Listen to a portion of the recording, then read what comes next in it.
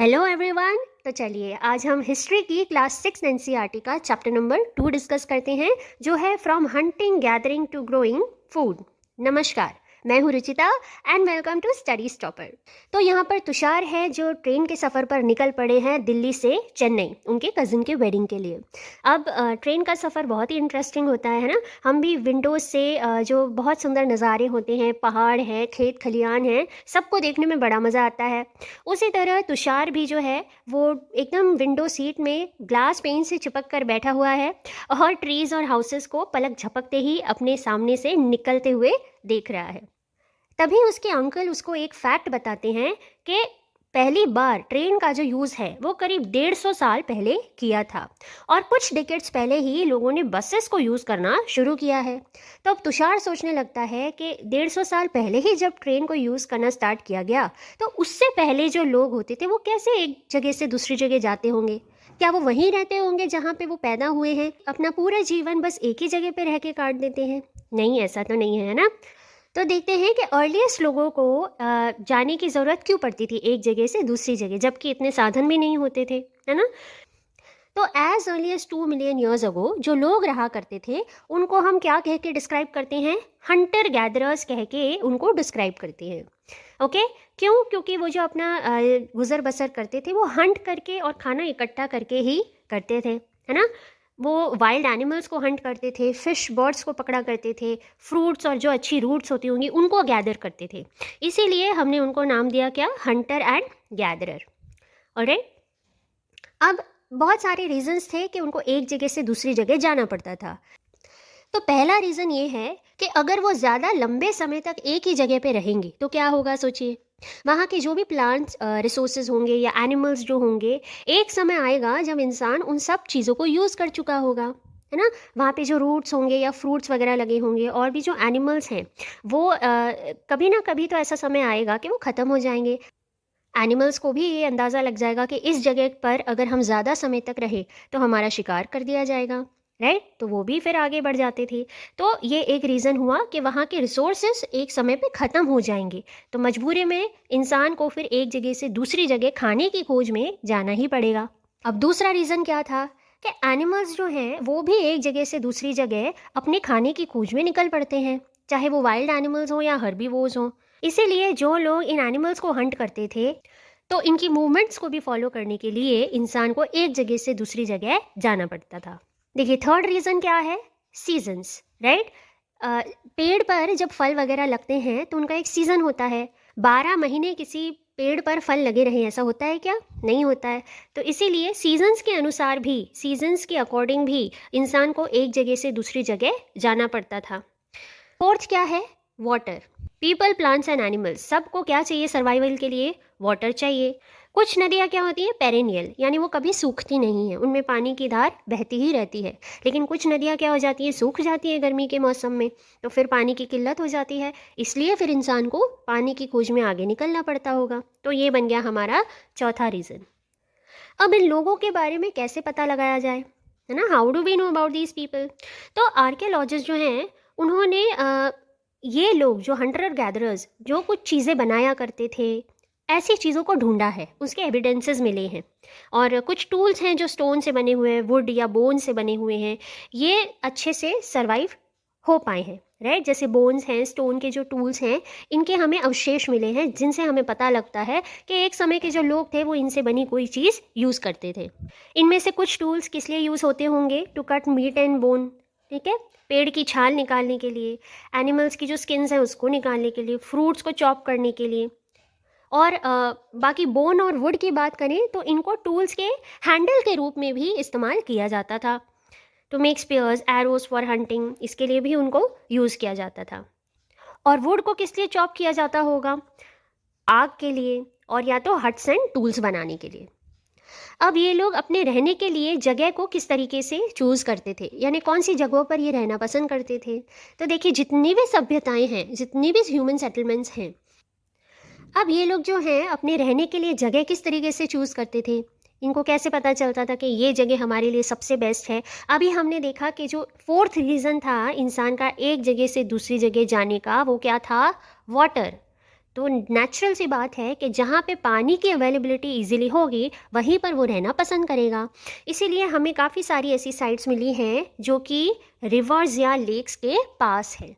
अब इनके जो एविडेंसेस हैं वो देखिए हमें किन जगहों पे मिले हैं। हम बात कर रहे हैं यहाँ पे पैलियोलिथिक एज की, ठीक है, अर्लीस्ट ह्यूमन सेटलमेंट्स की। ओके, तो इसके एविडेंसेस हमें 3 जगह पे मिले हैं। देखिए पहली जो साइट है वो है भीमबेटका, एमपी में है। दूसरी है हुंस की और तीसरी है कुरनूल केव्स। राइट, अब यहाँ पे हमें एविडेंसेस मिले हैं। क्या एविडेंसेस मिले हैं वो हम आगे देखते हैं। इन 3 साइट्स को आप ध्यान में रखिए, ये पैलियोलिथिक एज से बिलोंग करती हैं। देखिए ये है पैलियोलिथिक साइट्स। ओके, देखिए भीमबेटका जो है वो आज के मध्य प्रदेश में आता है और ये नर्मदा वैली के पास पड़ता है।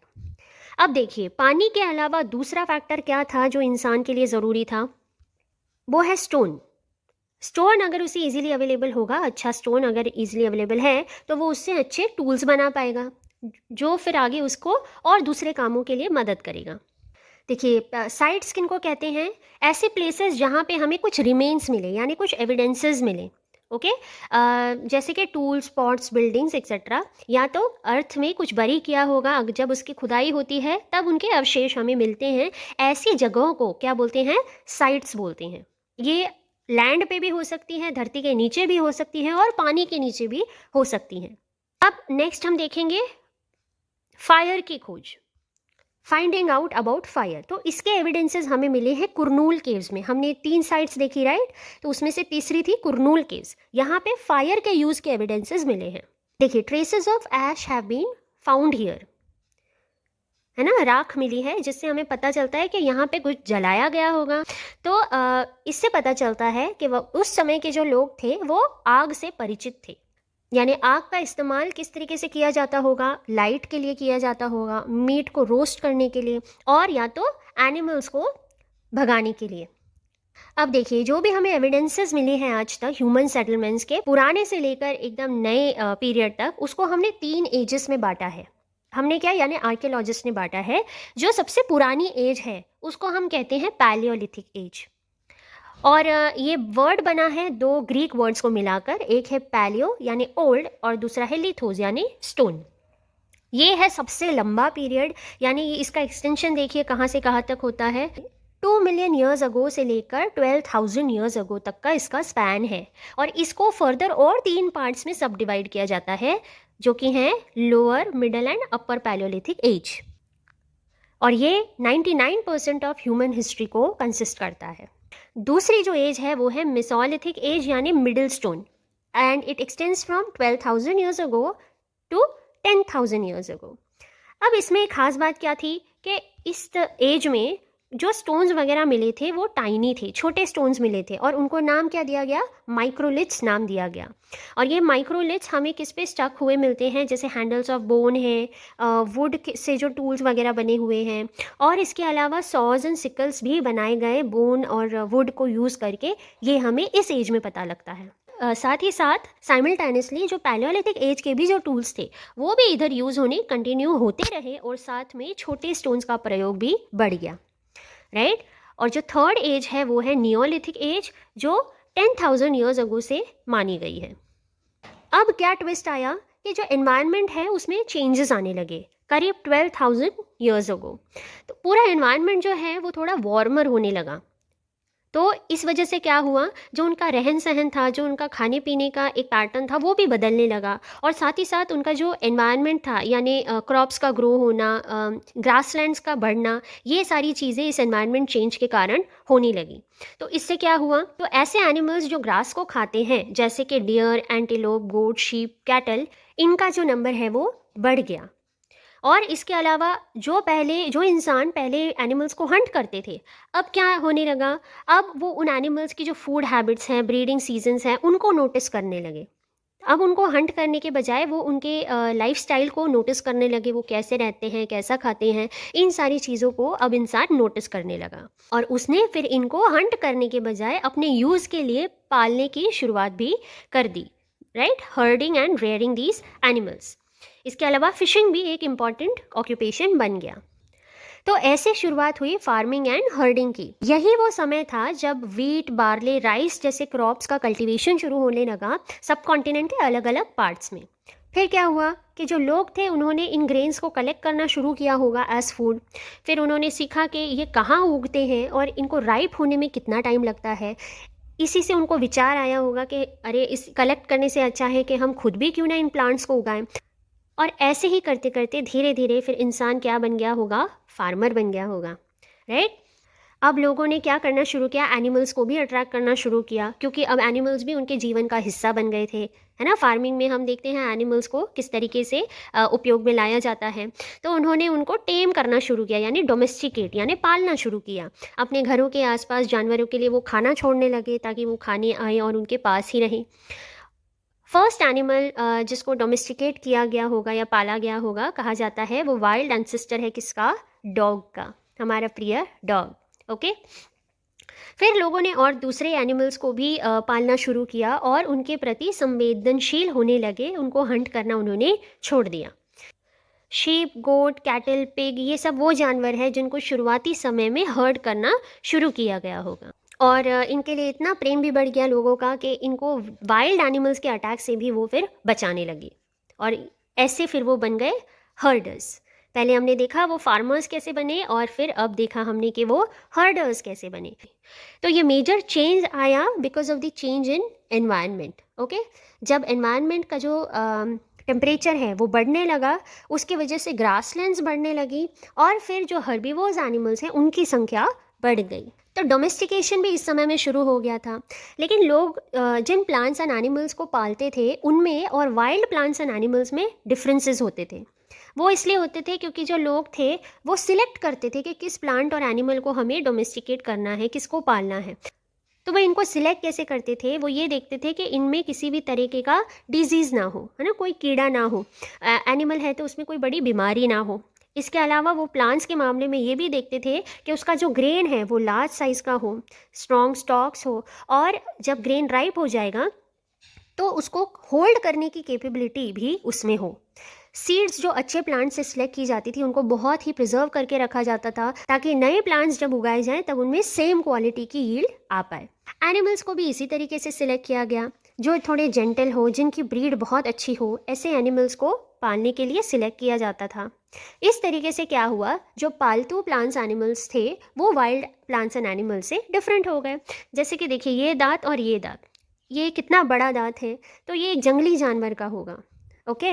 और ये जो है ये एक पालतू जानवर का होगा। तो उन दोनों के साइज़ में भी इस तरीके से डिफरेंस आने लगा। अब जो जंगली जानवर है वो निश्चित तौर पर हंट करता होगा, बहुत मेहनत करके अपने खाने के लिए वो शिकार करता होगा, वो खाता भी उस तरीके से होगा। लेकिन जो पालतू जानवर है उसको खाना दिया जाता है, उसको खाने के लिए इतनी मेहनत नहीं करनी पड़ती होगी। तो इस वजह से उनके फिज़िकल अपीयरेंस में भी काफ़ी चेंजेस आने लगे। तो डोमेस्टिकेशन की जो प्रोसेस है वो करीब 12,000 ईयर्स अगो शुरू हो गई थी। और सबसे अर्लीस्ट प्लांट्स जो डोमेस्टिकेट हुए थे वो थे वीट एंड बार्ले, और एनिमल्स की बात करें तो वो थे sheep and goat. Okay. Earliest मतलब बहुत ही शुरुआती तौर पर जिनको डोमेस्टिकेट किया जाने लगा। अब क्या हो गया, अब इंसान की जो लाइफ है उसने एक नया मोड़ ले लिया। तो अब इंसान की जो लाइफ है वो एक नई तरीके की हो गई। कैसे, देखिए जब आप एक सीड को प्लांट करते हैं तो उससे ग्रो होने में काफ़ी समय लगता है, वीक्स लग सकते हैं, मंथ्स लग सकते हैं, ईयर्स भी लग सकते हैं। और फिर तब तक आपको उसका पूरा ध्यान रखना है, उसको पानी देते रहना है, उसको प्रोटेक्ट करना है वाइल्ड एनिमल से, बर्ड से, हर चीज़ से आपको उसको प्रोटेक्ट करना है ताकि वो अच्छा खाना दे पाए। इसीलिए क्या हो गया, इंसान का एक ही जगह पे रहना क्या हो गया, कंपलसरी हो गया, राइट। उसे एक ही जगह पे बड़े लंबे समय तक रहना अब पड़ता था। और फिर इतना ही नहीं, एक बार जब पूरी फसल तैयार हो जाती है, ग्रेन्स आ जाते हैं, तो फिर उनको क्या, अब स्टोर करने की बारी आती है। उनको स्टोर कैसे किया जाए, खाने के लिए किस तरीके से यूज़ किया जाए। तो स्टोर करने के अब तरीके इंसान ढूंढने लगा, जैसे लार्ज क्ले पॉट्स अब इंसान बनाने लगा, या बास्केट्स को मूव करने लगा, या ग्राउंड में ही पिट्स बनाकर डग करके उस अनाज को वो स्टोर करने लगा। इसके अलावा वो एनिमल्स को भी स्टोर करने लगा। क्यों स्टोर करने लगा, क्योंकि भाई उन्हीं से हमें क्या मिलेगा, मिल्क मिलेगा, फूड एंड मीट मिलेगा जब भी रिक्वायर्ड हो। इसीलिए जिन एनिमल्स को वो रेयर करता था वो as a store of food उसके लिए बन गए। So finding about first farmers and herders, इसके लिए हम वापस उस मैप में जाते हैं और ब्लू स्क्वायर्स वाली साइट्स को देखते हैं।